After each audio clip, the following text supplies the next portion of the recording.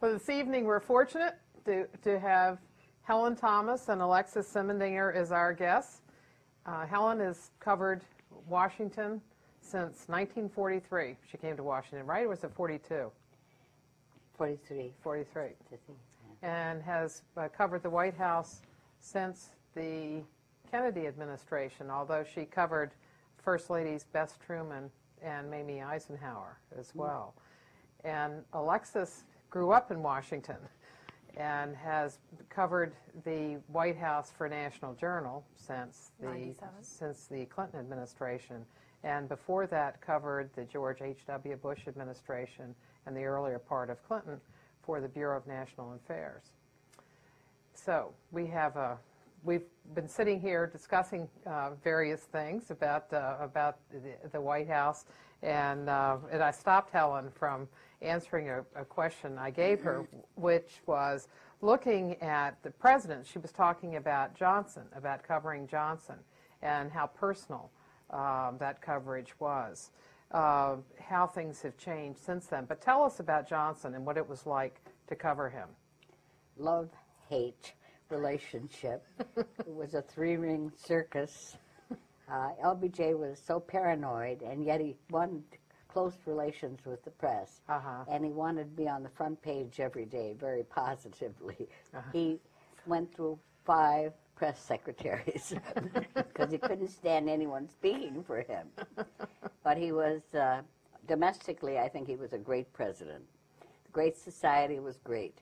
In 2 years, on the tailwind of the Kennedy assassination, he got through Civil Rights Act, voting rights for blacks for the first time in the South, federal aid to education at all levels, from Head Start through college, public housing, environmental laws, child maternal health, you name it, to put that foundation beyond which people in this country will starve, lack for education or medicine. So I think, but he also gave us a lot of access. And when he was agonizing over the Vietnam War, and he was trying to decide what to do, and yet he didn't want to cave at all, and he should have declared a victory and left, as Senator Aiken told him, everybody would have been happy. But he would call us for walks around the South Lawn in days when we wore the high heels and pointed toes, and we were all dying, and we would call these marches the Bataan Death Marches. And we were falling all over each other, and at the end, after pouring out his heart, letting his hair down, we'd go back. He would say, "This is all off the record," and we would groan. But of course, we knew he wanted us to write it on our own, not say the President of the United States. So we'd go back to the press room and compare notes and make it up, practically. But we got the drift of what was going on. Yeah. We knew what was how he felt. Would he put it on the record at any time? Yes, I mean, basically, he knew it was going to show up. It was a game with him. But I think he was trying to tell the country how he felt, and he felt very bad that things were going bad, and yet he could not extricate himself from the war. Since that time, what presidents can you think of that have given reporters a lot of access? Well, he was the most. I mean, access is everything. You get really a feel for what's going on and the thinking of a president. I certainly had a lot of access when President Carter would walk down the street, Main Street in Plains, Georgia. He was not that accessible otherwise. But I think the others sort of kept a distance. With Kennedy, it was easy, too, in a way, because you really didn't have 24-hour cable or television and that sort of thing, and we were freer. We would go to Hyannisport with him or Palm Beach and had a lot of walking around. He didn't like it exactly, and he really, he's always accused of having a great relationship with the press, but he really was trying to duck us all the time. You know, when I was covering the Clinton administration, Helen and I remember having a conversation with you about reporters. Some reporters were very up in arms about efforts to try to do off-the-record access to the president or to the First Lady to try to see if there was a way to manage that. And some reporters were saying they didn't want to participate in that. They wanted to reserve the right to say no. They didn't want to do that. And I remember you saying that you would never turn down an opportunity to do that because it's all about the complete picture, trying to get access in whatever way you can. Do you still think? Do you still think that? I still feel that way because they can lay down the rules, but the more they tell you, the more you know, and some way, somehow, you work it out. Mm-hmm. I remember when after Johnson had renounced running for re-election, and he gave a reception for all the diplomats. And in those days, we used to cover these receptions, and we've always been warned by Liz Carpenter, Mrs. Johnson's press secretary, to try to be dainty and carry little notebooks and so forth, and fade into the woodwork. Well, after, Johnson couldn't stand to be alone, and pretty soon reporters became people. And after the reception, he gathered up a group of newspaper women, took them to the family quarters, and started regaling us with all. He was in a very nostalgic mood and telling us all the things his observations of his presidency and so forth. And pretty soon, Lady Bird Johnson came in a robe. They said, "Now, Lyndon," trying to break it up. And so finally he got the message. And at the end of the session, he gave us each a little charm bracelet. And I had been scribbling on this little notebook and grabbing matchbooks and writing on napkins and everything else.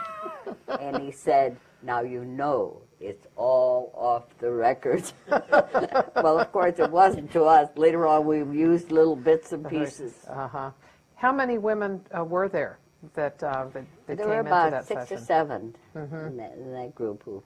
And that's really changed in the time that you've covered the White House. Oh, yes. Tremendous. And Helen is always so generous to young female reporters. Well, not the males, not that you're not kind to them, too, but you're really nice to the young women. Well, I want them all to go into the greatest profession in the world. Yeah, you do. You're very kind. No, it's true. One of the points that you've always talked about is that the role of reporters in a democratic society, what role news organizations can have. Can you talk about that a bit? Sure. I think that we are indispensable in a democracy, that you cannot have a democracy without an informed people. And I think that we perform a public service from that aspect. I think that we are not well paid. We work long hours. News never breaks on your time. But as long as people are on this planet, there will be news. And journalism is an education every day. It's a two-way street. But I think that without reporters and without presidential news conferences is the only forum in our society where a president can be questioned. And he should be questioned to be held accountable. And when he refuses to hold them, you know there's a real blackout on the news. He could be a king, he could be a dictator if he's not questioned, because the only other possibility would be for Congress to subpoena him, and they're not going to do that unless it's absolutely dire. So we're great. And needed.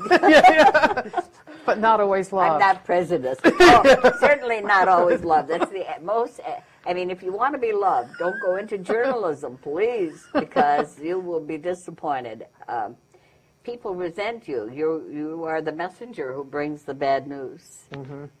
What kinds of benefits do you think press conferences have for reporters and also for the government?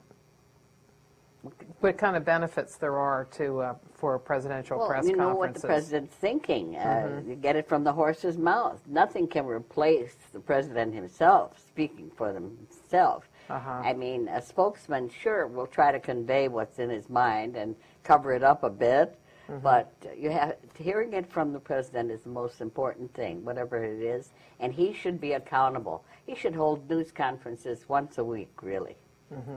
And inside the White House, there's so often this discussion, no matter what administration or what party it is, that it has a disciplining effect on the inside of the government. In other words, for the president to stand there for 45 minutes and take a variety of questions he does not know in advance, he has to work with his staff to get prepped, right? He goes to school a little bit beforehand. Bill Clinton used to do it for hours, do a lot of murder board kind of prep to look natural and informed. Right. And that is a kind of a galvanizing effect inside the administration. The president gets to know what his cabinet departments are doing. What is our position on this legislation? What's the latest on something? And he's forced to kind of contain a lot of information at one point. Truman said that he really got the feedback from what the people were thinking from the news conferences. And Reagan used to go in a tank in a weekend as though he were preparing for a PhD before a news conference. But he held them, and he held prime time, and he wasn't afraid to face us. Yeah, that's true. He would take 2 days out on his calendar to prepare for news conferences. So it's true that around the government, they recognize, the cabinet secretaries recognize, as Alexis said, that they have to tell the president what's going on. That's right. That because they know he could end up being embarrassed, and so he ends up they find out a lot more than they would otherwise. Well, this president doesn't seem to know what's going on. The president is doing more news conferences in the second term than he was eager to do in the first term. And you've watched that, like me, we watched that migration towards more news conferences. Why do you think he's doing more? Is he? Yes. Yes. Yes, he has. And then actually, when When you was compare the last one he held? him, About a month ago? It was at the end of the year. Yeah, well, I mean, Yeah. really, you call that a lot? Well, no, I mean, numerically speaking, no, he's numerically. still in the basement on this, Helen. Don't get me wrong. But we're working from zero upward is what I'm talking about here. FDR, Franklin D. Roosevelt, held them twice a week.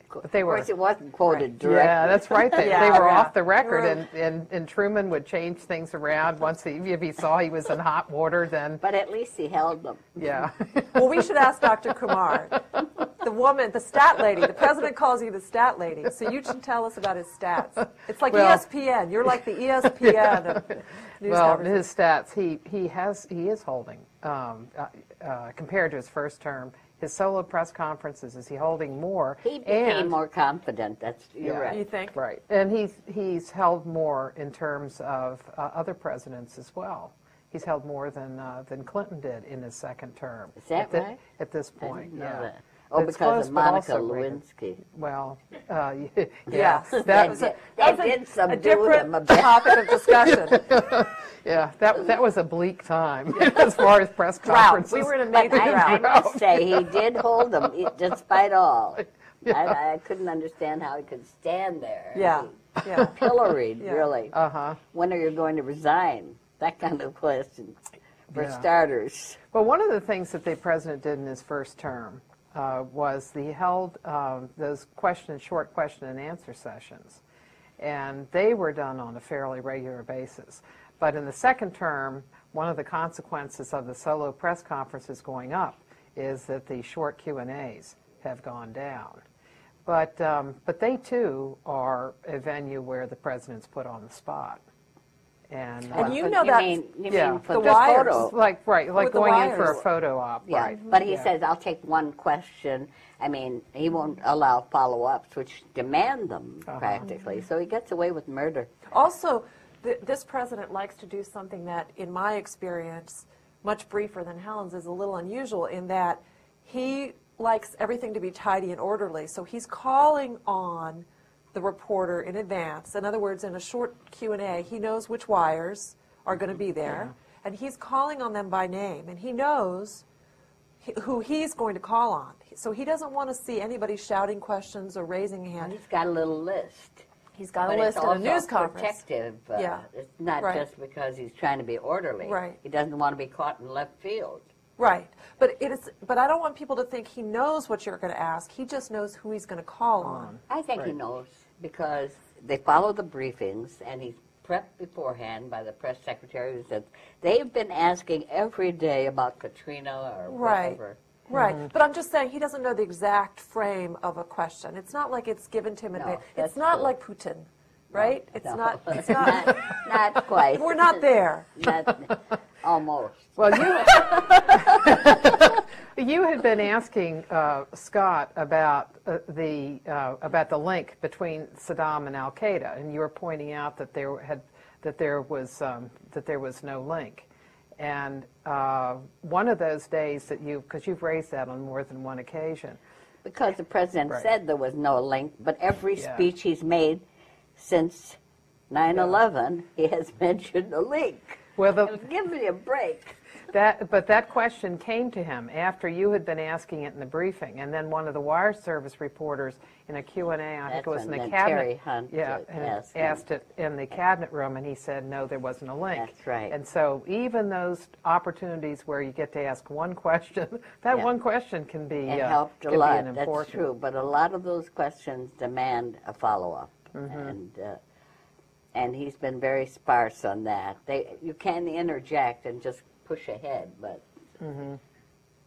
Do you think that there was a time period that was ideal, a golden age, in terms of the kinds of information that reporters could get from the White House?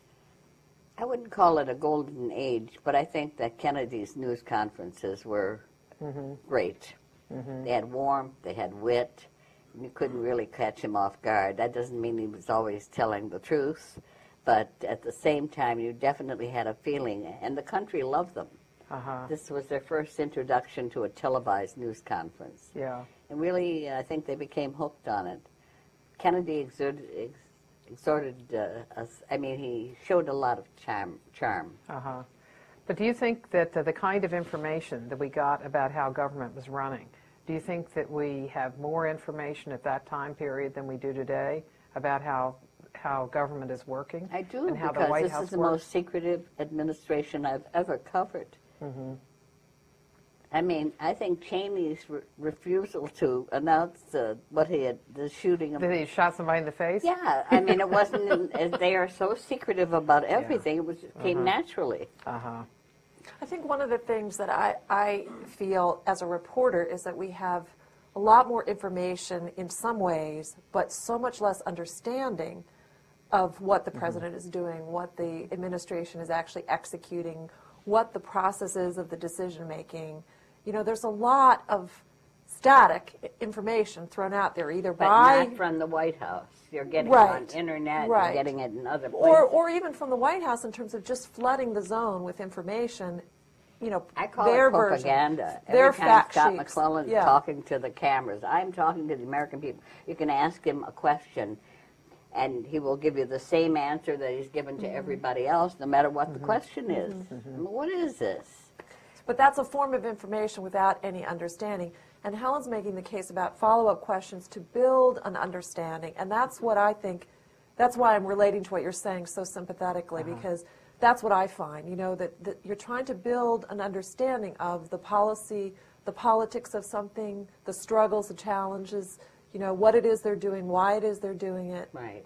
And that's what's really difficult to do. And do you think in part that's because they don't bring out people to talk about policy? That Yeah, say that's in the true. Clinton administration, there were a lot of people who would come out in the press room, and economic advisors. Gene Sperling was there all the time, and people generally were pretty available in talking about the policy, and then also talking about why they made decisions as they did. And of course, the president himself enjoyed talking about Unless policy. they're preparing for a trip, then they'll bring the Yeah. national security advisor or whatever.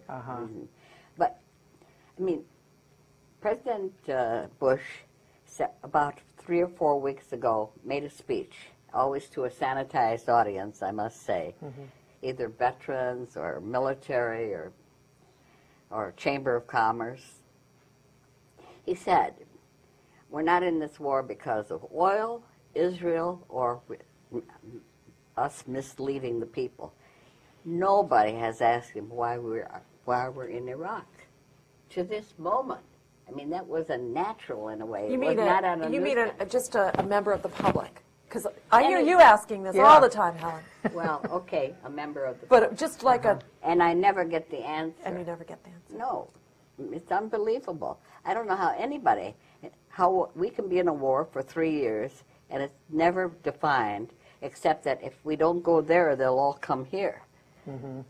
What is this? Well, Martha, you were talking about trying to build that understanding with a variety of sources from within the administration. In the Clinton years, they used that to build credibility. Here's our homework. Here are the facts. Here are the footnotes that go with this. And they used experts from inside the administration, and not just political appointees. I was looking through an old transcript for a story that I was working on this week, and I came across a transcript in which they were putting into the White House briefing room what's called a PAD, meaning a career official in the Office of Management and Budget, to describe a particular technique that they were using in terms of budgeting. Put that guy in front of the microphone to describe something they were doing. This was a person who had a lot of credibility because he was career and he had served a lot of administrations. The Clintons just were very trusting about that was going to work out for them, that they had a variety of experts who could talk to the media, and that would all be used by name on the record, sometimes on background. But this administration has continually expressed this worry that officials might make news before the president wants to, or that the only spokesperson for the administration is the president of the United States. It's always about him, they say, and not about anybody else inside the administration. Would you say that White Houses reflect, because we've talked about this a lot, White Houses reflect the president, they don't complement him, in that the weaknesses he has are going to be the weaknesses of the staff, and his strengths are going to be their strengths. And his view is that he should announce policy. He doesn't like to talk about how things are done, and so he doesn't like anybody else doing it either. But the problem from that is that people don't know how he reached the decisions he did, and that has caused him a great deal of trouble. I know I was talking to an aide to Vice President Cheney about the Vice President's communications theories and desires, and she said, "Oh, Alexis, he's a stater, not a debater," meaning he doesn't care about describing what they do or how they do it or why they do it or why it's important. He likes to just state, and President Bush is very much like that too. They don't want you to know. Well, they want you to know the end. They don't want you to know. It's a secrecy pattern. Everything's a secret.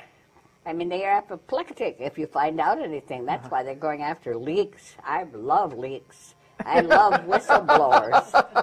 Whistleblowers are the greatest heroes, in my opinion. They're finally telling us what's going on. All presidents hate leaks, though. You've written in your book about how LBJ hated leaks and would change Yeah, but I'm talking about this one, too. And I know covering H.W. Bush, he hated leaks. Well, I have a saying.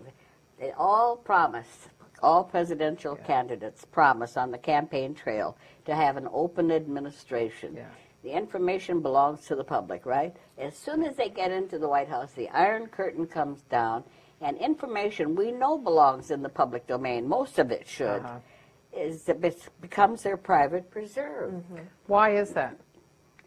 Because they suddenly think they're president, and they think presidents should have everything controlled. This one, they're taking power, like he can wiretap you, he can...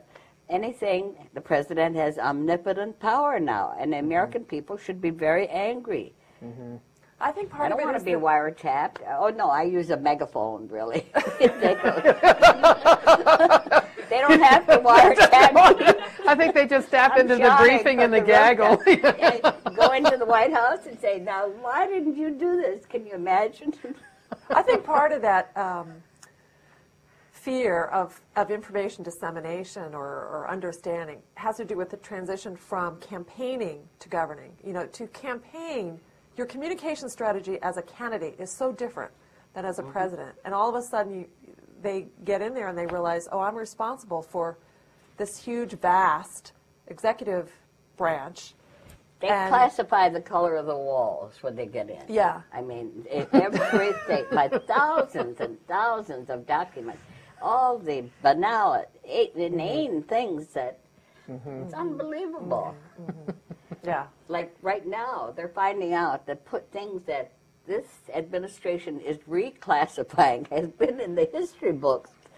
They're trying to recall it. Well, and 9/11 created an additional layer of what I want to say cover for the administration initially, this administration. to do so much more about securing information, pulling information off websites and But it's away. a joke. Well, it's not funny. What do you mean it's a joke? I mean, it's a joke for what they classify. Oh, yes, Yeah. yes, yes. That's But the order under which they're doing it was an order under the Clinton administration. It was signed under the Clinton administration. But then after September 11th, then there's been a lot more of it. Reagan signed a document where he said that all of his papers could be released after 12 years. This Bush president came in and signed out. Oh, there was one caveat that a sitting president could stop the publication. Yeah, and the and archivist this could. president wanted to protect his father, who was part of the Reagan administration very much, and so everything is under lock and key now. Well, it comes. They have let some of Yeah. it out. This They is a have. complicated story. Yeah, that's right. Yeah, This is a separate Dr. Kumar class. Yeah, that executive order is a very I think complicated this- kind of thing. I think the presidency has they too actually much let the power people- as they identify it now. Much too much. And it is absolutely the case, because the vice president and the president have stated this without any embarrassment, that they're trying to strengthen the power of the executive Right. at every opportunity. Especially Cheney. I mean, they think that this usurpation of power belongs to them. It's a divine commitment. Or that a wartime president needs a strengthened executive. Why do you think that there are no news organizations that regard the vice president as a beat, someone, and have one person who is dedicated to cover him? Because you'd be like the Maytag repairman. You'd be sitting in an office and you wouldn't get close to the guy. I mean, this vice president has pools that go with him and never see him. I mean, this is the edict that he has created about coverage of him, and he can say what happens. But if you had somebody like, say, the Post or the Times had somebody that was on him all the time, you don't believe that they wouldn't be able to get information, because you can talk to a lot of people around the government about him. You're asking a different question, which is what effect would that have on the vice president's behavior? Would he feel as free to take personal trips on taxpayers' money without informing the public where he's going? I don't believe he would feel as free to do that. If he had someone, can I use the word bird dogging? Bird dogging him at all times. Yeah, May but I I think say, can I say something? Surely. It's a regret of my life that I have not watched vice presidents more, because in my career, 3 vice presidents have become president. And all of a sudden, they're a new face, and you have to learn very quickly about them. They should have known. Yeah. Go ahead. do you why do news organizations not look at them? Why do they not follow them?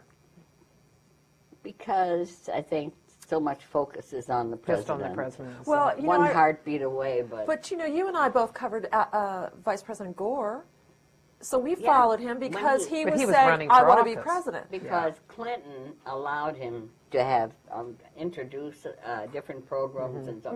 He gave him the spotlight and exposure. You don't see that with Cheney. Well, I just know I wrote a lot about Vice President Gore, and Gore's staff He did was because very he open. participated. Yes, He was exactly. active. Cheney And- wasn't jealous of Right. him. When you covered Reagan, did you cover H.W. some? Yes, quite a bit. Yeah, because Reagan gave him a portfolio too, because he knew that Bush was supposed to be the Reagan third term. Remember, everybody talked about this as Right. being the Reagan third term. Right. Yeah. So there was a lot more scrutiny. Cheney is just an odd, unusual character, a person with unrivaled power as a vice president, but someone who's made it clear he is not going to serve his country after this, Yeah, which has meant that he could stay. which gives Yeah. him this 'Cause he had- unbelievable Has strength. he Policy served for- this yeah. country? Well, you know what I mean. You know what I mean, Helen. This is what she does to the president. Look what she's doing to her friends. The president won't call on me. Now you understand why. You're getting the picture. Do you think I'm this? sweating up here next to Helen. Do you think that the White House being so secretive has meant that that the information about their operations and the operations of the administration did not come out? Is it successful to be secretive, does that mean that the information is not going to come out? Or has it come out and maybe not on their terms? Do you want to take Alexis, take a crack at it first. Well, I would say both. One is that, no, they're not going to be successful at constraining access to that information forever, although they will try. The one thing I don't know is to what extent the new rules of technology and their ideas about archiving information, I mean, we don't know, I don't know personally to what extent they've been successful at keeping certain bits of information from going into the archives. But at some point, we will all see a lot more than we have now. The other thing is that the administration has invited, because of its behavior, scrutiny like the 9/11 Commission or the intelligence, the Silberman-Robb Commission, or even Republican congressional investigations, for instance, of the Katrina handling, because they're, can I say stingy? Or Helen would say not at all, because they've been they've been so reluctant to provide information unless they've been compelled to do that, which is really hard to do in a one-party town where you don't, the Democrats don't have the power, the opposition party doesn't have the power to subpoena. But I also think that you're pointing out something about second terms. You know, you were saying leaks. There are more leaks in the second term. When the president becomes a lame duck, there's much more criticism and scrutiny, so more information comes out. And then there's a lack of, a cumulative lack of faith in the information that's been disseminated for 5 years. So there is naturally more scrutiny, don't you think? I think they judge success by re-election, that we have a president who's been elected twice. That's their criteria. When Ari Fleischer wrote his book, he wrote a book, and the tail end of it says, "It's true, I said there were weapons of mass destruction." He only said it every day for 2 years in the run-up to the war. I said that, and there weren't any weapons of mass destruction, but we won the election. That's the standard. If you look at leaks, though, in the first term, there weren't leaks in the White House, but there were leaks all over the administration. I mean, you certainly have had leaks in the State Department. You had them in the Defense Department. You mean unauthorized leaks as opposed to purposeful? Right, yeah. You mean that's true. We should distinguish clarify. Because, yeah, they certainly do provide information. But I think of that as kind of giving information out, giving stories. Selective dissemination. Yeah. We wouldn't know about torture, secret prisons, all NSA? the horrors that have been committed in our name. Eavesdropping. Where is our honor? Right. The eavesdropping. Torture. And wiretapping. Right. So in the end, those things have come out, but it's taken a long time.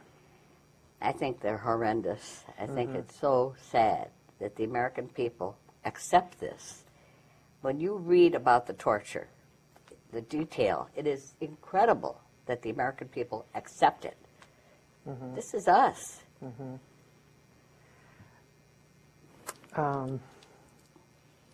Well, let's see. Well, don't you think that the next White House, whatever administration it is going to have to recover or reverse or in some way rebound from the Bush communication policies, or do you think they're going to try to emulate it?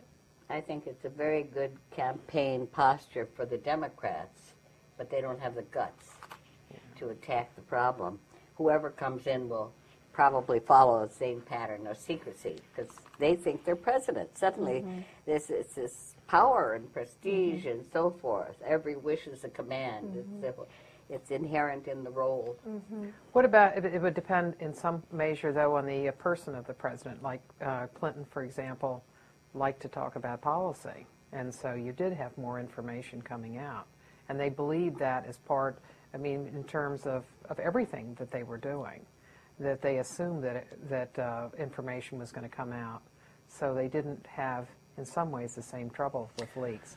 Although with Lewinsky, they even the handling, I mean, I think I would argue, and I don't know what you think, Helen, but I would argue that even Clinton's attitude towards disasters that were you know, they were created themselves or that were foisted upon them or whatever, either handling of scandal was more accessible because their thinking was get out fast, get out front, put it all out there, try to explain what happened, and at least in that small way, control the information in that way. Yeah. You know, don't let your enemies get a hold of it at some point. This administration, peculiarly for an administration that you would think would have a learning curve here, again and again is very flat-footed and slow to even realize when things are going to go against them, when it's out of their control. And the examples, Abu Ghraib is a good one. The tsunami disaster, they were so slow realizing.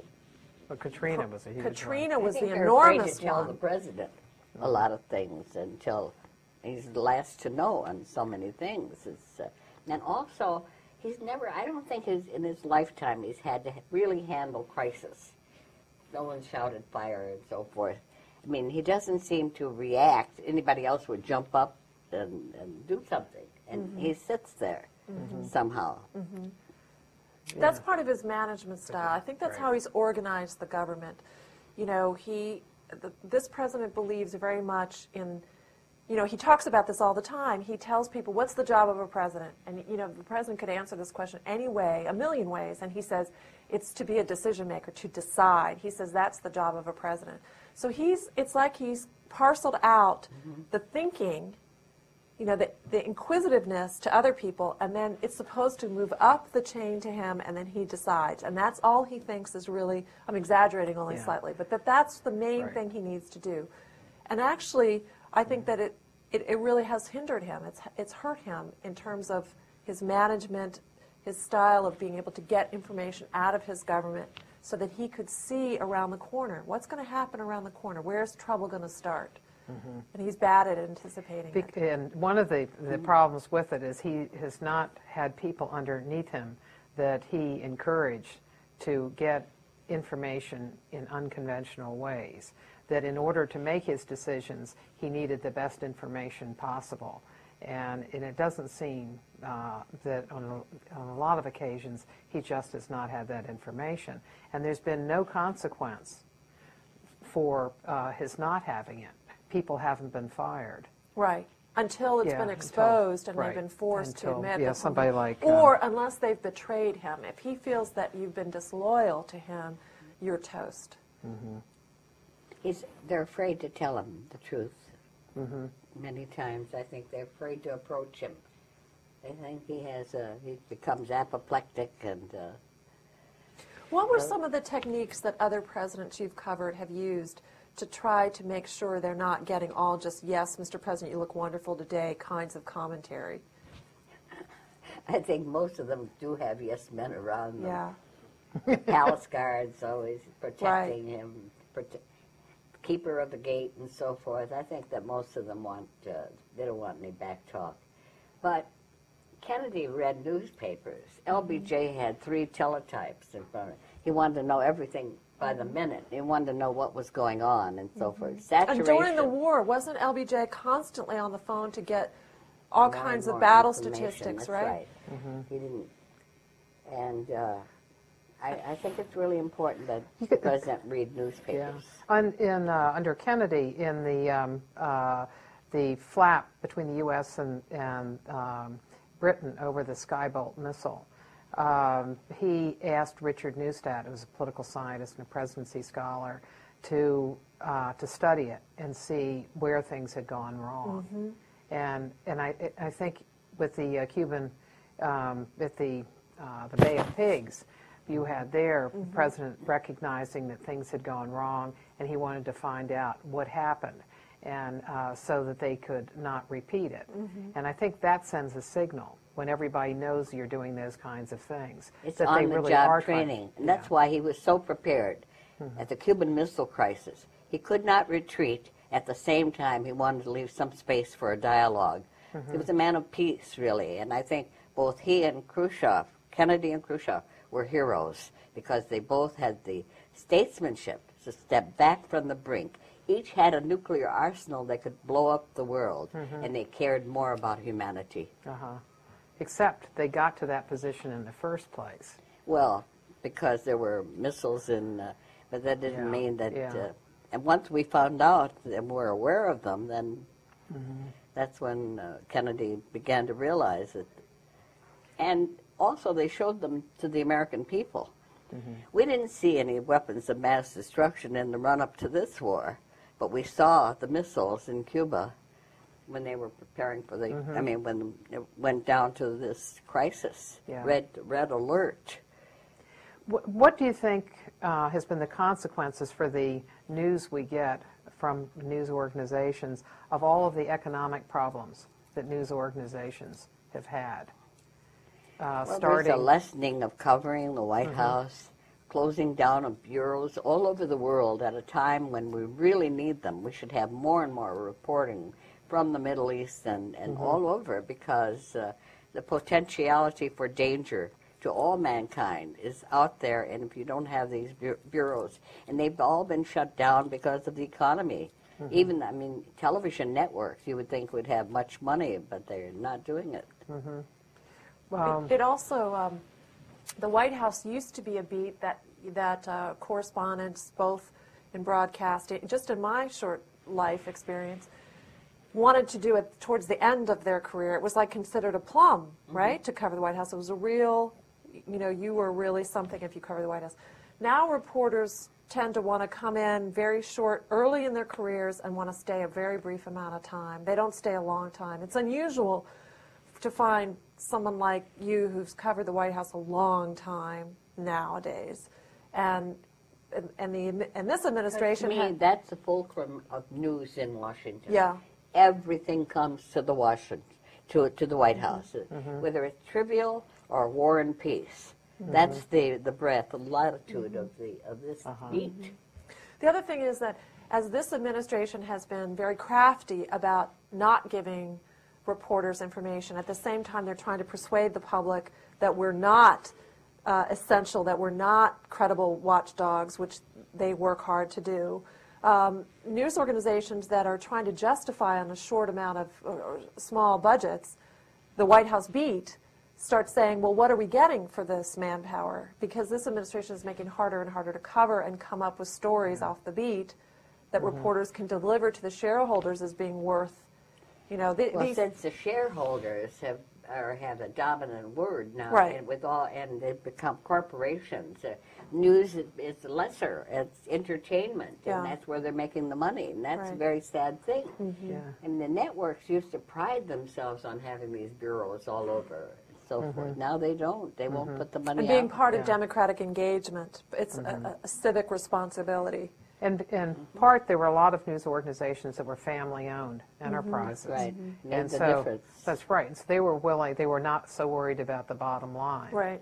But on the question of the view of the press, there is no question that the ultra-right in this country has tried to demonize the press. And the news organizations have not fought back enough. Well, one of the reasons is that we're sinners, too, and I mean that in the broadest sense. If you have Jason Blair or Stephen Glass, that's the New York Times and the New Republic, if you have Jack Kelly from USA Today, columnists who are plagiarizing and getting fired, you've got all kinds of controversies over confidential sourcing. We're playing into the hands of the critics, and I say we, meaning in general, the media, the major media, because we get caught doing things that you wouldn't do. Well, don't say we, because there are thousands of reporters who have played Right. that kind of a game, and I think that we still have high ethical standards, but everybody with a laptop thinks they're a press reporter. Well, the reporters that I just named worked for major news organizations, and they were not either well supervised That's true. or their colleagues who had concerns about them were And not they listened got to. fired immediately. I mean, this is what happens in journalism. Your report cards on the front page every day. There is no waiting around. I mean, you either have the job or you don't. Do you think part of it is that we are making demands on transparency of news organizations that we didn't used to make? So we do find out more about how people do their work. And so there may have been people in the past that There were, that in also, fact, sure. You're right. that did things, but we didn't find out about them because people didn't make the demands. I'm sure Yeah. that's true. There was a lot of messing up. There's no question. New York Times and Washington Post. I mean, the whole question of the coverage of the war, which I keep, run up to the war, which I keep bringing up, but I still think that Washington Post had 40 editorials leading up to the war. They had to go to war and so forth. And they had these stories about all these weapons and so forth. They all should apologize to the American people. But on at the same time, the Washington Post also had pieces by Walter Pincus. Which they put on A20 and later apologized for. A17. Okay. Right. And New York Times put a lot of phony stories on the front page, and they apologized much. 2 editorials. Mea culpa. Let's go to some questions, and we'll have questions in both places. Yeah. I mean, to the extent that we have seen like an unprecedented expansion of executive authority and like sort of the way the president deals with like secrecy and things like that, to what extent is that a function of him not having like a Congress that is willing to check him? I mean, for only 9 months was there any part of the Congress that was held by the Democrats, and even then, after 9/11, they pretty much didn't do a whole lot, outside of what the president wanted them to do. So, to what extent has that resulted in what we've seen? Yeah, because you were talking about that. I think it's a super good question, and what I was trying to mention earlier was that when you have single-party control in Washington, you're giving up part of the checks and balances that the city tends to function with. One of the things that's frustrating is that, and Martha and I have talked about this, is that if you have a weak opposition party, and in this case it's the Democrats, you can't expect the fourth estate, the media, to function in the same way with the same powers that a very vigorous opposition party possibly could, or divided government could. So what has happened, I think, is that it has only fed into the president's ability to, quote unquote, get away with the kinds of techniques and tactics that he has argued are essential in wartime, or essential to national security, or essential after 9/11 in an era in which we believe, as Americans supposedly, that terror cells are already in the United States operating, et cetera, or that we have a free media and that we don't want to educate the enemy. So I think your question is absolutely a great one, and to the extent that the voters get a chance to think about that in November, news organizations like mine are paying close attention to what's happening in public opinion polls, to the sense of what's good or bad about having total Republican dominance of every branch of government. Because you find in Watergate, for example, that the Democrats were controlling the Congress, and so they set up committees really in both houses, and with subpoena power, they were able to get the information that they wanted. What's interesting is the public seems to be more, at least in my assessment of some of the polling, more worried about Republicans' ethical abuses, like the Tom DeLay or Bob Ney, Congressman Ney, with lobbyists, much more up in arms out in the countryside than they seem to be about the president's assertion of control over information. There seems to be a kind of reservoir of support for the president's argument there. But what's undermining Republicans is the sort of party control that gives them carte blanche to do whatever they want to do with money in politics, with lobbying, with fat cat earmarks for their friends, that kind of thing. And then just a quick question in response. Do you notice the only other period that I can think of in a long time you've been covering Washington where we had a single party government was, the Kennedy-Johnson administrations. So do you notice any sort of trends across single party governments? Obviously Johnson isn't Bush by any The two parties. And Clinton had it very briefly. Yeah. Very, very briefly. What trends there are when you have a single party controlling the Congress and the presidency? Are there similarities between Republicans and Democrats? No, I think that the Democrats are much more freewheeling. I felt that the Republicans had more say. I don't think the Democrats have anything, but I think it's their fault, too. They've gone into sort of a coma. When they should really be shouting. They've got a gold mine here of everything. Well, when the Democrats controlled, like during the Kennedy and Johnson period, it's very different than the Republicans today, because you had splits within the Democratic Party. And so that made it a lot different than, say, the Will Republicans are Rogers, much more yeah. cohesive. Faction. Like the House has been so cohesive here, whereas the House was not during that time period. Towson? Yep. Helen mentioned earlier about how the role of the press is indispensable, and that is to inform the American people about the presidency and about the president, about really what's going on, the inner workings. I'm just curious to know, how does the press corps itself feel that how does the press corps feel that the American people view the press corps? How do they feel that the American people actually view yourselves? I think that the American people know that we're indispensable, but they still don't like us, and they feel we're prying and so forth. At the same time, I think they want to know what's going on, and in the end, they will know the contribution. More than 80 members of the media, reporters, cameramen, assistants, and so forth, have died now in this war. I mean, we put our lives on the line. I haven't, but certainly so many colleagues. And I think that information is the most important thing. It's golden. It's what really makes us an educated people. And without it, and people do stick their necks out to get it. So I think the American people eventually will realize it. The very fact that they want to turn on the news programs and what's going on. Everybody knows it's so vital now. Mm-hmm. So I don't worry about that, because in the end, I'll tell you what my experience was.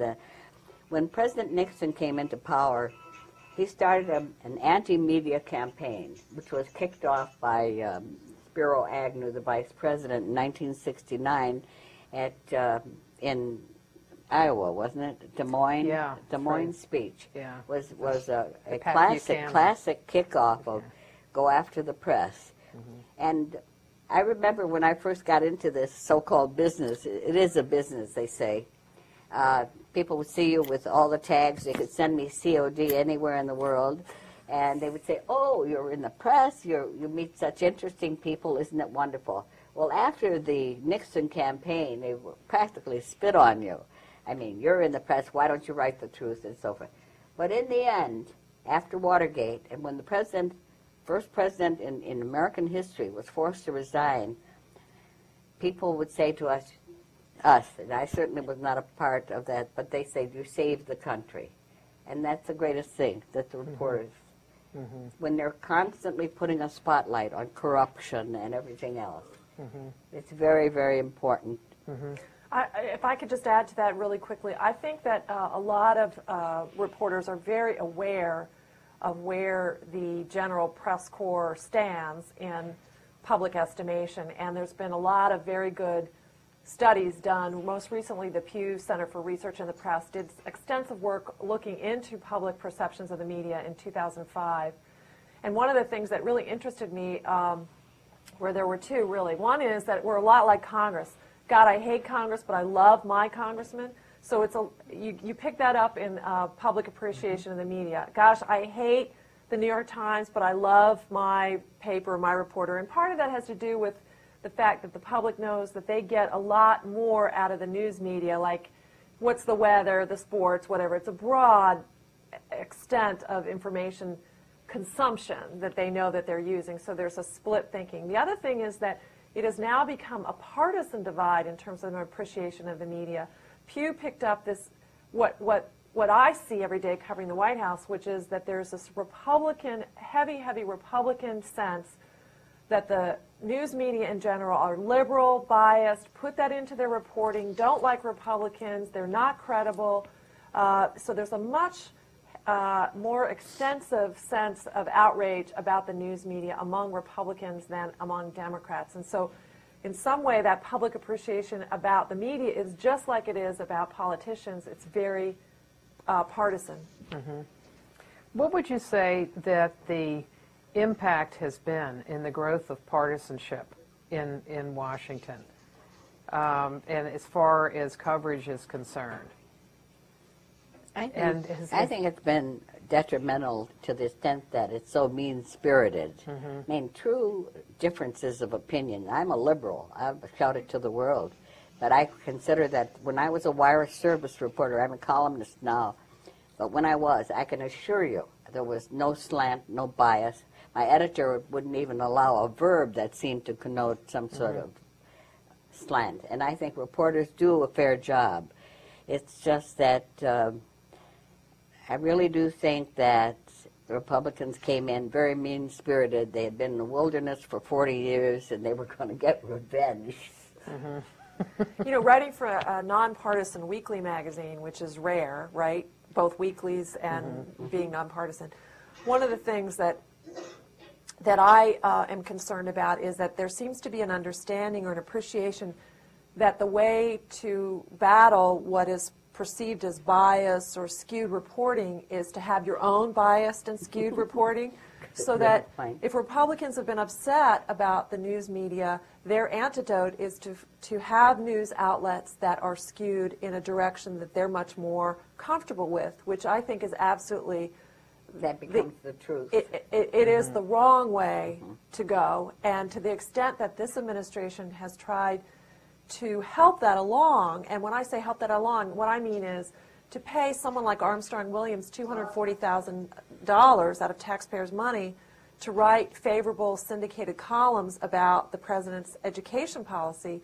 That's the president's idea of getting an edge. He later said that that wasn't good, that the education department shouldn't have done that.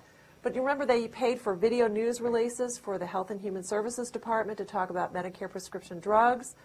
Those are all manipulations, and that's to me, that's the wrong answer to the complaints And about the Pentagon is planting positive stories in the Iraqi paying tragedy. for Iraq. But the CIA has done that in earlier administrations, hasn't it? But it was not as heavily focused. It's just, it's like now it comes out, and it's easier to get that information out to the surface. Yeah.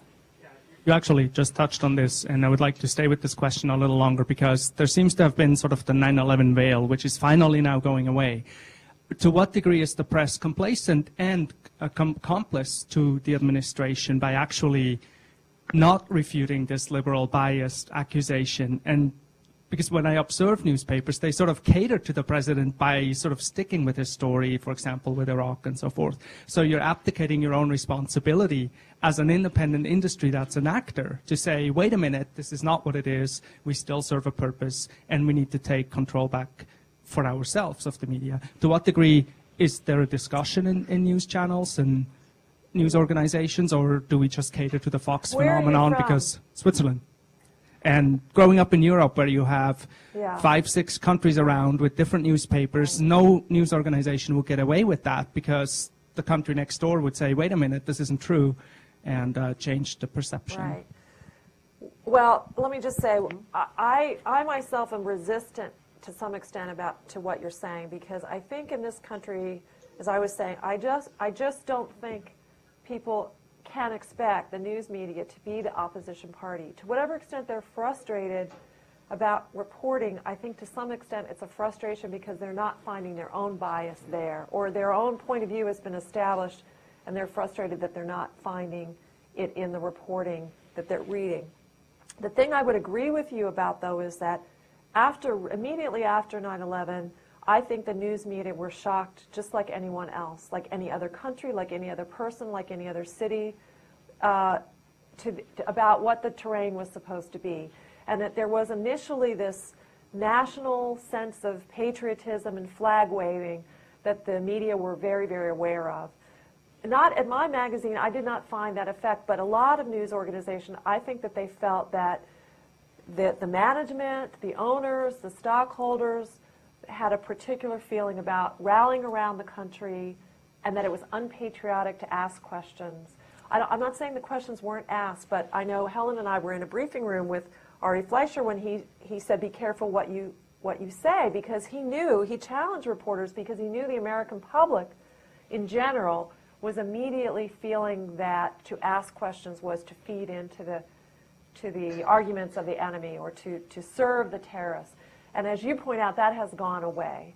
But I would agree with you that it was there, and it was there temporarily, and I think pretty rapidly there was a pendulum swing back to what we're naturally much better at, which is not being cowering in the corner or being afraid or being flag waving. The one thing that was also very effective is that the Pentagon decided to embed reporters. One of the things, and National Journal had a former editor who had gone on to be an editor at the Atlantic Monthly who was killed in the drive into Baghdad very early in the war. One of the things that really bothered me as a reporter, and I don't know what Helen would say about this, but that embedment experience had reporters on the air, mostly television that I noticed, saying we, as if they became part of the military. That was incredibly cunning and successful on, by the Pentagon's estimation in terms of telling a very circumscribed story about what those reporters could see or could photograph. But I really, really took offense at reporters saying we, as if they had become part of the American cause against Saddam or the Guard or whatever. But you could also say that because they were there, they reported stories that they thought were important. For example, do you remember this? That is not true. They reported on stories they could report on. But let's look at the Washington Post story where a car was coming up to a gate, and they fired, and the troops fired at them and killed the people in the car. And the military was giving out one story saying that there were like 2 or 3 people dead. And the Washington Post reporter said, I saw 8 to 10 body bags. But that was rare.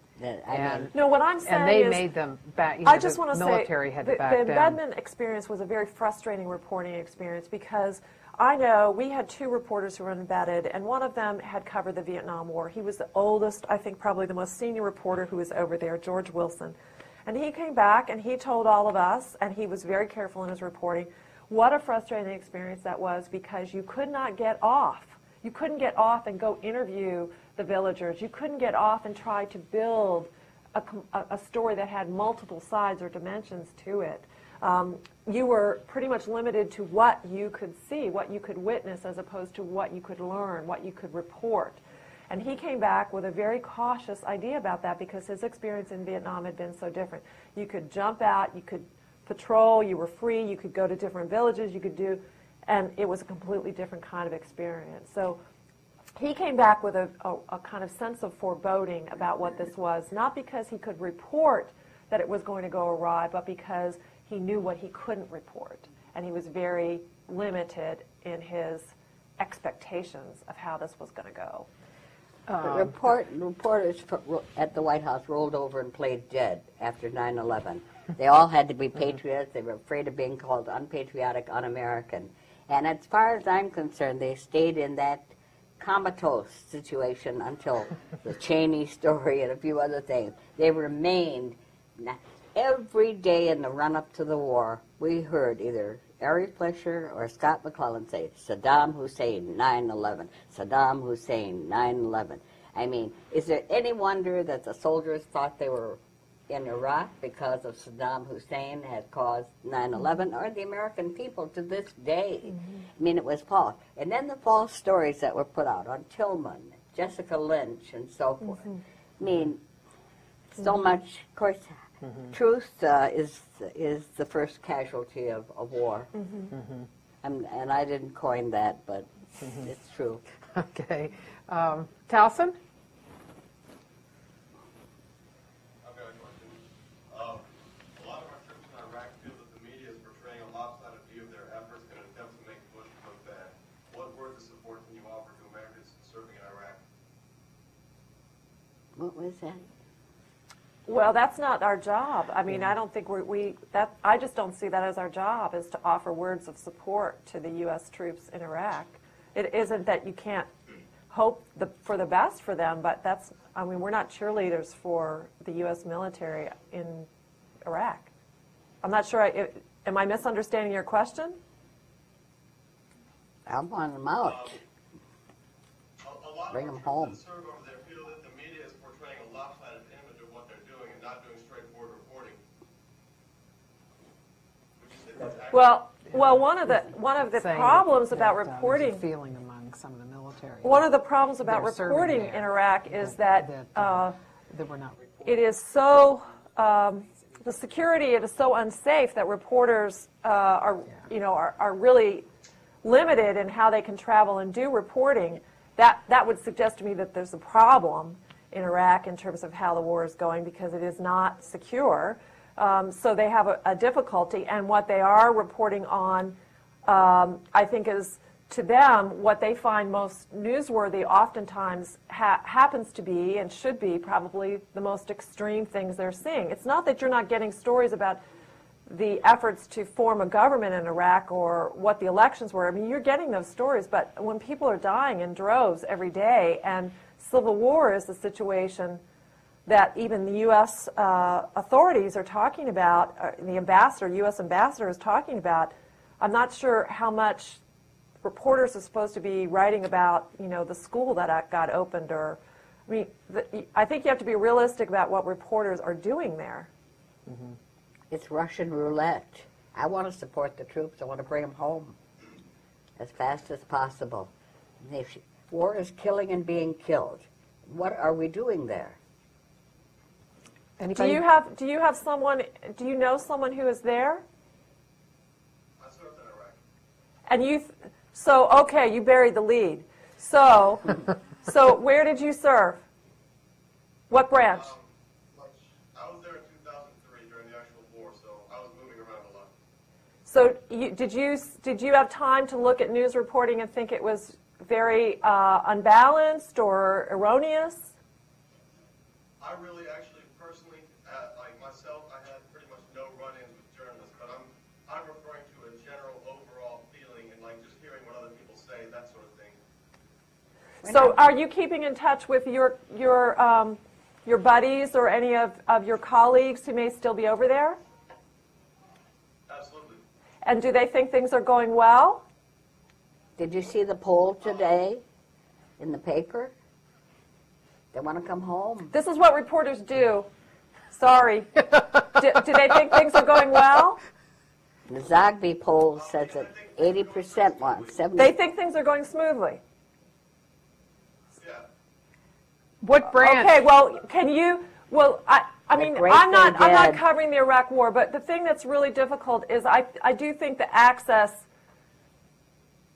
I mean, if there was good evidence that things were going well, reporters that I know for news organizations that I know would listen to that. I mean, I just don't want to leave you thinking that we have a preconceived notions, but I'm just saying that when you're faced with violence and you have the U.S. ambassador talking about civil war, I guess you get the feeling that things aren't going so And great. the Secretary of State did as well. Yeah. Look at the Yeah, the same casualties every day. But I'm every glad week, you're More home. than 100 people almost every day. Mm-hmm. A question here? Yeah.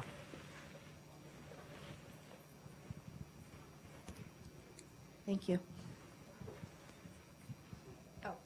Looking at the fact that you've been a reporter for so long in the White House and throughout America and stuff, I know it sounds, I'm not putting this very well. She's so experienced. Experienced, well-versed. On-the-job training. Yes, exactly. Looking at the advent of the soundbite, the internet, lowered newspaper sales, have you noticed a difference in the rhetoric of actual news articles, and that perhaps reporters are trying to get the news right to the front so people will hear it, or is it just simply we have a more informed, smaller percentage of the public? Well, I think that it's, I don't see any difference in the style, but I do think that it's a tragedy that we have one newspaper towns now, and that the papers are really shrinking, and that people think that getting on the internet, they're getting everything. Nothing can replace a newspaper. It engulfs you. You read things you never intended to read, and so forth. And it's to my regret that we used to have 2 and 3 newspapers in every major city. And I haven't seen the difference in style per se, but I think that we have monopolies now. Mm-hmm. Alexis, what do you think? But you do see the composition of front pages sometimes be different, where they'll put a softer feature story on the front. But the Post is But- beginning to feature every day some horrible scene of violence from Iraq. And it's a new phenomena because they really suppressed a lot, not the Post per se, but newspapers. One of my colleagues who covers the media for National Journal was talking to me today about the idea that because so many more people read newspapers electronically, the idea of a front page has changed because it's a rolling front page, and which is what you're pointing out, that as the news is happening, the presentation of it is getting reconfigured all the time. And so it's not that it's always set in stone and that's what everybody gets in the morning. So he was saying that that has really changed. And then I was telling him that I was in Wisconsin last week and was amazed to learn that the Wisconsin paper in the town that I was in electronically is providing their readers, as a way to lure them into the internet, a chance to vote on what should be on the front page the next day.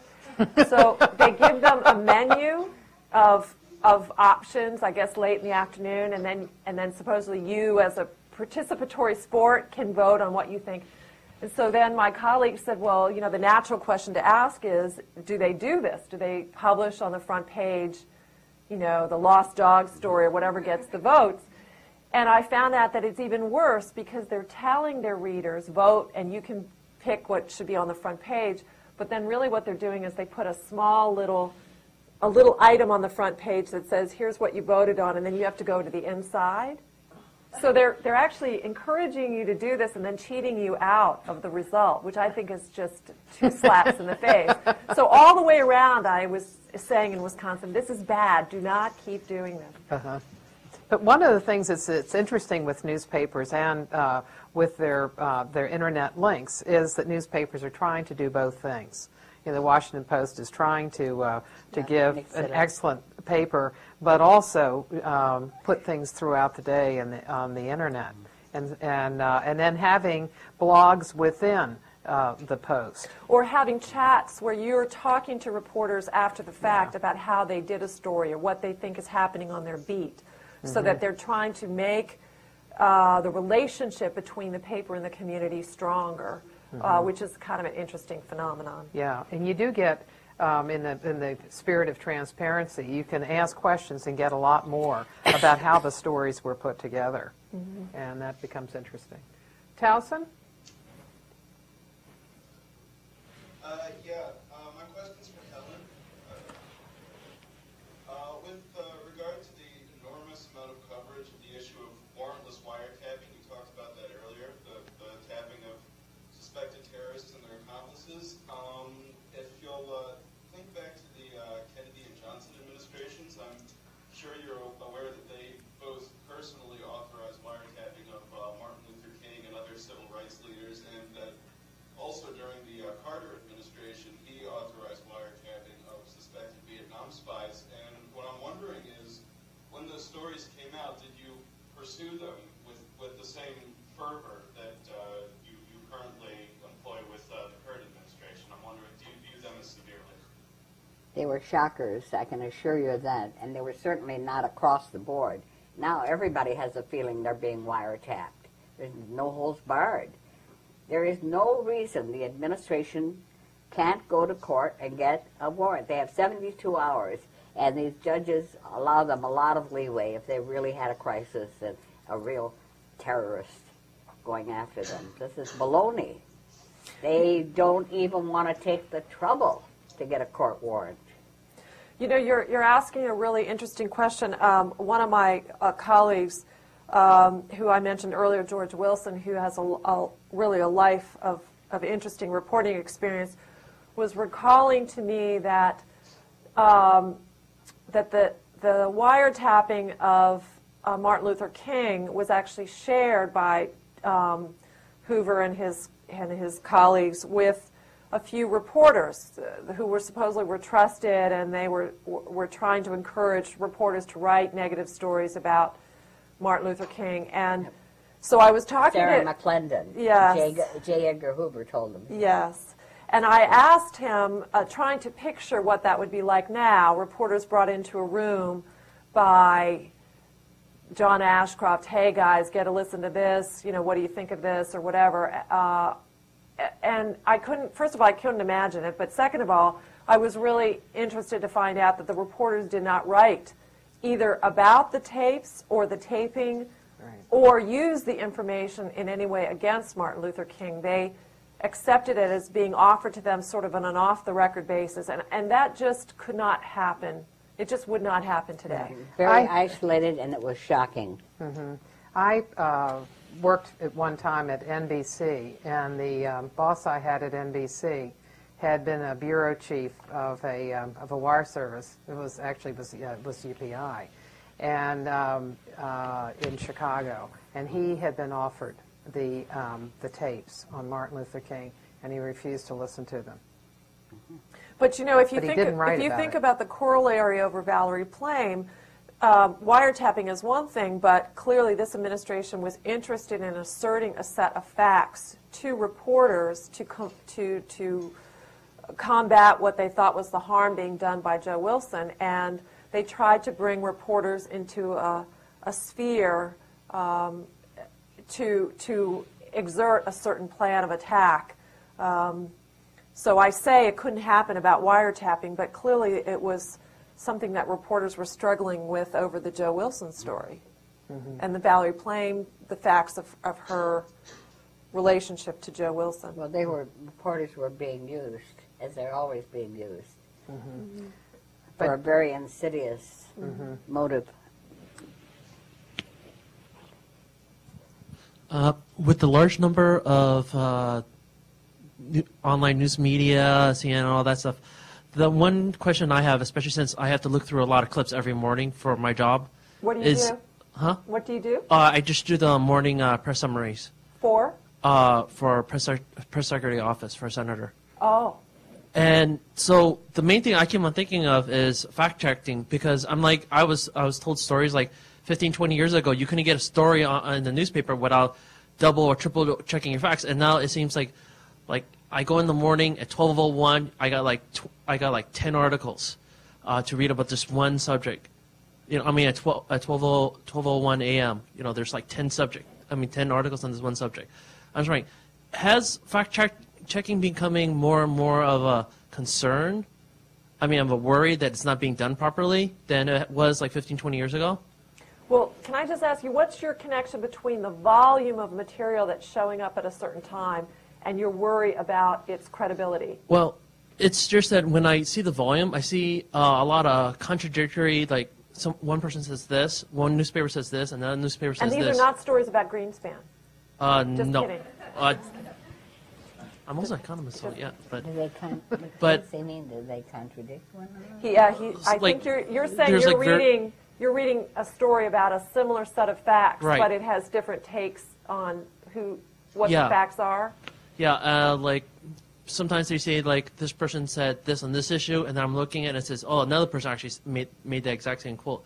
I'm like, and then I was talking to people in the press office about this, and I was talking to other teachers about this, especially I called back and called people from like working on journalism, and they said, yeah, they told me it's becoming more of a problem. I wasn't sure of that for sure. But you should talk to Helen about this, because she wrote for a Wire news organization for years, in which wires are competing and they have to get the facts instantly, and it has to be right. Well, what are you really saying?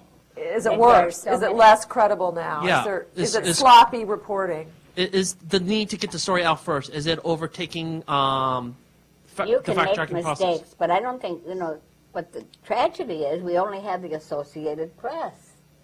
Literally, around the world. There's Reuters and so forth, but there's one agency that's covering it, and I think they're pretty accurate. I think you can count on them. They make mistakes, but not often. But I think there's been more interest in trying to find out whether news organizations are making errors. And one of the things that you have now are the bloggers, many of whom will focus on a particular area. And so they will always be looking for discrepancies. Do you remember in the debates in 2004 when Cheney said that he had never met Edwards. And the bloggers had pictures before the debate was finished and had them up. Or the National Guard record story in 60 Minutes. Yeah. Or Jeff Gannon. Yeah. That took a little while. That took a little while. Yeah, that took a little while. But I guess I would say, you know, in the time that I've been a reporter, there's so many more news organizations and news outlets, news, and I'm putting quote marks around news. So if you are spending so much time in the morning looking at that broad swath, all covering the same thing, what are the odds? If I asked each one of you to summarize what we've been talking about here tonight, every one of you would have a different version. So to some extent, it may be younger, less experienced reporters who are rushing the clock. But I would also argue that if you're reading 12 versions of the same thing, it's like asking 12 people in New York, how did the mugging happen? But the thesis is that there's an assumption now that you always get the news from television or radio first. So you may see different versions of something written, but I think basically you're sticking with the same Sometimes facts. we talk about how remarkably similar. I was in a studio, a television studio, in which two print reporters, one for the New York Times and one for the, who was it who was telling me about this, and the Post. They were both comparing leads that they had written about the same story, and they thought that they were channeling each other because their leads were so, to word by word choice, similar. And that, you know, clearly. And it's, so their take was so mind meld that they were a little horrified and thought that their editors might be a little spooked too. Okay, we'll have... I clearly see that as well. Thank you. One last question from Towson. Is it more difficult for reporters to obtain security while in Iraq or U.S. conflict? Can you get closer to a microphone? Is there a microphone you can get closer to? Is it more difficult for reporters to obtain security while in Iraq than previous U.S. conflicts? And if so, to what degree would you say that the administration is involved? Oh. Yeah. Yes. You used an interesting choice of words, obtain security. If they could obtain security, they would definitely do it. You mean to be secure while they're doing reporting? Or to get credentials? Or do you mean getting credentials?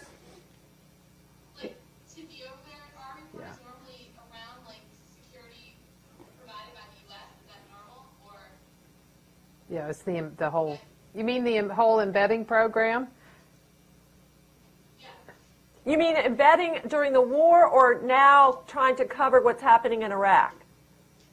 Right now, trying to cover. Oh, well, yeah, they have a lot of trouble doing that. In fact, you know, as Helen and I were saying, you know, that the reporters and news organizations that we know of are investing millions of dollars and buying their own armored vehicles and hiring their own security forces so that their reporters can travel in a very limited amount of space Russian roulette in Iraq, oftentimes just limited to what they call the green zone, the secure area that operates as the entity of the United States.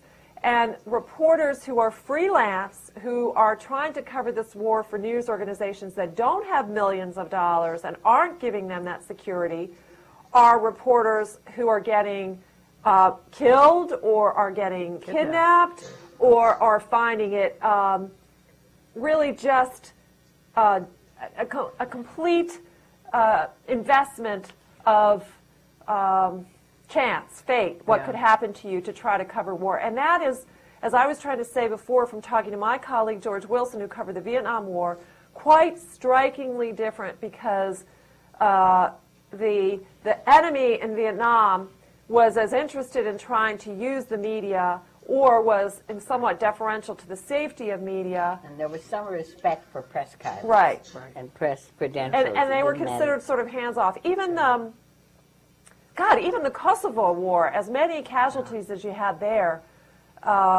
it was a completely different feeling about being a target, just a target the minute you went out. But the Christian Science monitored Right. girl. Jill Carroll is an example of that. Carroll. She did not have the same kind of security. No. She did and have her driver was killed. Yeah. No, and And the other protection is not Yeah. there anymore. There's no such thing because there's such hostility everywhere.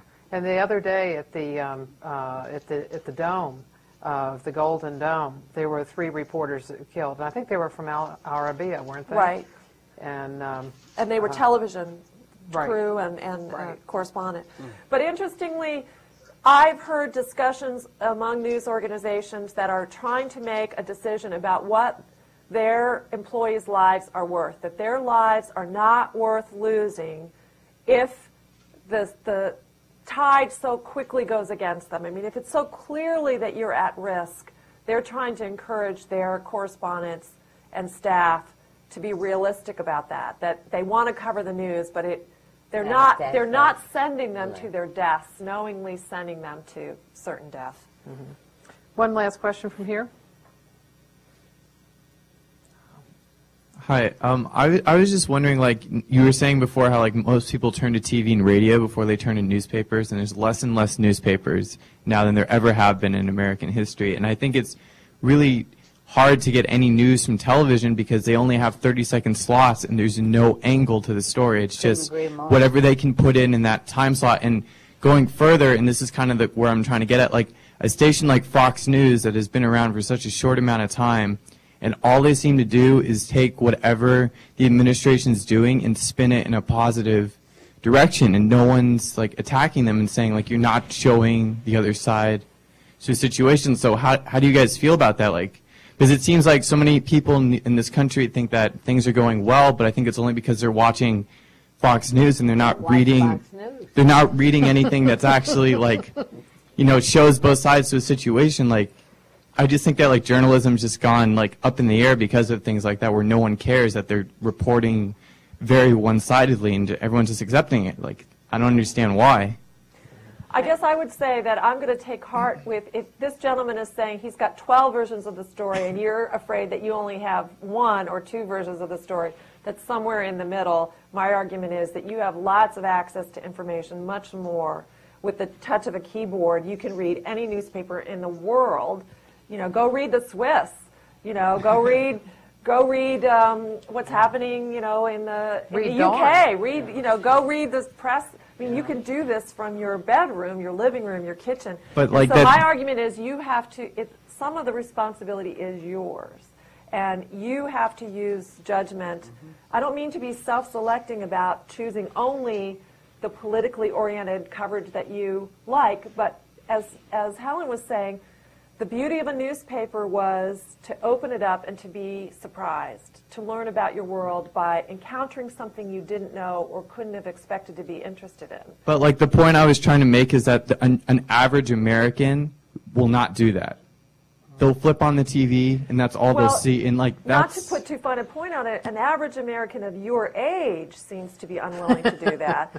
And that's a difficulty, a challenge for the news organizations that Helen and I have written for or work for, because they're so interested in selling you toothpaste and making you buy, new cars. And they want to know where you're going for your information. There are 1,400 newspapers in the United States. Yes, that's much fewer than there were. But they're all owned by like 5 people. Well, but that's not to say that you don't have choices where to go to get your information. So my argument is always you have responsibility, and try to read widely and try to surprise yourself.